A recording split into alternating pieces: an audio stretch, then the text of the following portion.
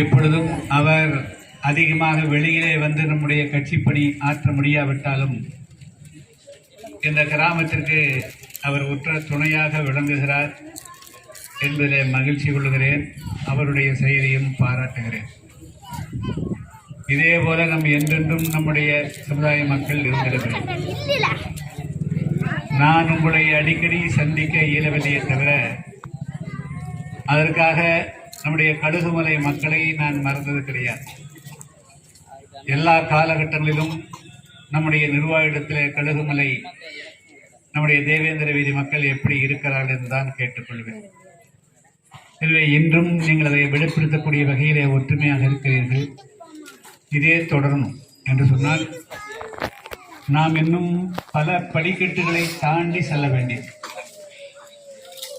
இப்போ ஒரு பாதுகாப்பாக இருக்கிறோம், ஒரு குடிநீர் பிரச்சனை இல்லை, சண்டை சச்சரவு இல்லை, அதுவரையிலும் ஓகே.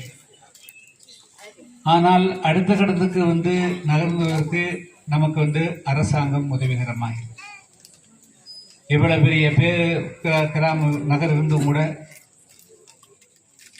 நம்முடைய பெண்களுக்கோ இளைஞர்களுக்கோ அரசாங்கத்தினுடைய எல்லா வேலை வாய்ப்புகளும் உருவாக்கி தரலாம்.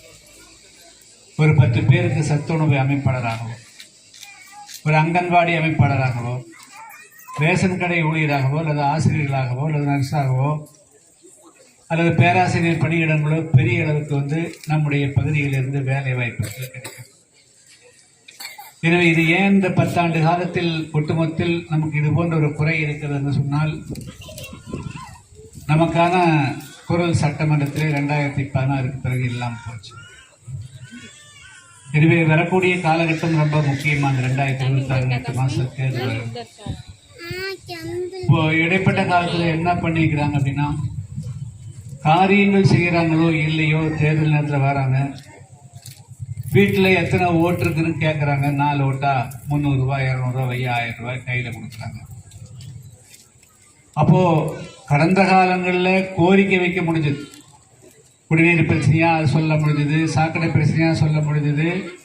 ஜெயிச்சு வந்தோன்னா அதையே கவனிப்பார்கள், கவனிக்க வேண்டிய நிர்பந்தம் இருந்தது. இப்போ அப்படி இல்லை. பணம் கொடுக்குறாங்க, ஓட்டு வாங்குறாங்க, போயிடுறாங்க, அதுக்கு பிறகு திரும்பியே வரமாட்டேங்கிறாங்க. அதுல அவங்க கிட்ட குறை இருந்தா கூட நம்ம கிட்டயும் ஒரு குறை இருக்கிறது. அதனால நாம் இனிமேல் வரக்கூடிய காலகட்டத்தில் நம்ம இப்படியே இல்லாம அடுத்த கட்டத்துக்கு மேல போகணும். மேல போகணும்னா நாமும் நமக்கும் ஆட்சியாளர் பங்கு வேணும். நம்ம மேல போகணும். வரக்கூடிய தேர்தலை பொறுத்தளவு புதிய தமிழக கட்சி நம்ம நீங்க இனிமேல் ரிசர்வ் தொகுதியில் தான் போட்டிடுவோம் நினைக்காதீங்க. கோட்டப்படாரத்தில் தான் போட்டிடுவோம், கோயில்பட்டியில் போட்டிட மாட்டோம், அப்படியெல்லாம் இல்லை. இனிமேல் பொது தொகுதிகளிலும் போட்டியிடக்கூடிய சூழ்நிலைகள் நிச்சயமா வரும். அதனால கோயில்பட்டி தொகுதியிலேயே புதிய தமிழகம் போட்டியிடுவதற்கு உண்டான வாய்ப்பு இருக்குது. அப்படி இருக்கின்ற பொழுது பல முக்கியமான காரியங்களை நம்மளுடைய ஒற்றுமைகளை பற்றி பேசுவதற்கும் இன்று நம் சமுதாயத்திற்காக கழுகுமலைக்கு வந்துள்ளார். டாக்டர் ஐயாவை பற்றி உங்களுக்கு தெரியும். நம் ஓட்டப்பிராரம் தொகுதியில் நம் கழுகுமலை இருக்கும் பொழுது எல்லாரும் யாருமே ஒரு ஓட்டு கூட வேற கட்சிக்கு போடாம அந்த நேரத்தில் டாக்டர் ஐயாவுக்காக நம்ம அந்த ஏர் உழவன் சின்னத்தில் போட்டு வெற்றி பெற செய்தோம். அந்த வெற்றி பெற செய்ததின் காரணமாக நம்ம பல நன்மைகளை பெற்றிருக்கிறோம். அது உங்களுக்கு தெரியும்.